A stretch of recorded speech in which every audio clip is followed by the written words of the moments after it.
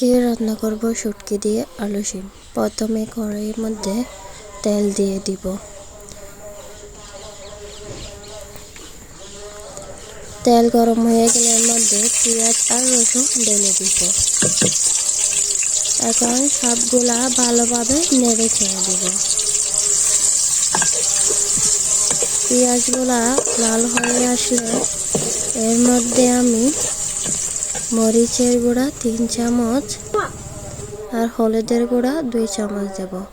মশলা গুঁড়া আমার কাছে কম হবে মনে হচ্ছে, সেজন্য আমি 1 চামচ হলুদের গুঁড়া আর 1 চামচ মরিচের গুঁড়া অ্যাড করব। আমি যেহেতু শুটকি মাছ দিয়ে তরকারি রান্না করব, সেজন্য কোনো মশলা অ্যাড করি নাই। এখন ভালোভাবে কষিয়ে নেব যাতে মরিচের দুর্গন্ধটা চলে যায়।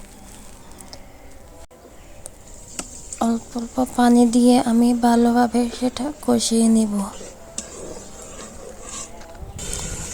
কষা প্রায় হয়ে গেছে, এখন আমি এর মধ্যে তরকারিগুলো ঢেলে দিব। পানি দেব অল্প কিছু। পানির তরকারিগুলা ভালোভাবে নেড়ে চেড়ে 10-15 মিনিট আমি ভালো কষিয়ে নেব। আমার কষা শেষ হয়ে এখন আমি অল্প পানি অ্যাড করে দিব।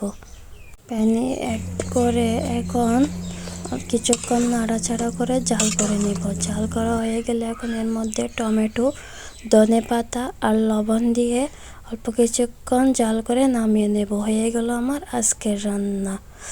আমার রান্না আপনাদের কাছে কেমন লেগেছে অবশ্যই কমেন্ট করে জানাবেন। ততক্ষণ সবাই ভালো থাকবেন, সুস্থ থাকবেন। আল্লাহ হাফেজ।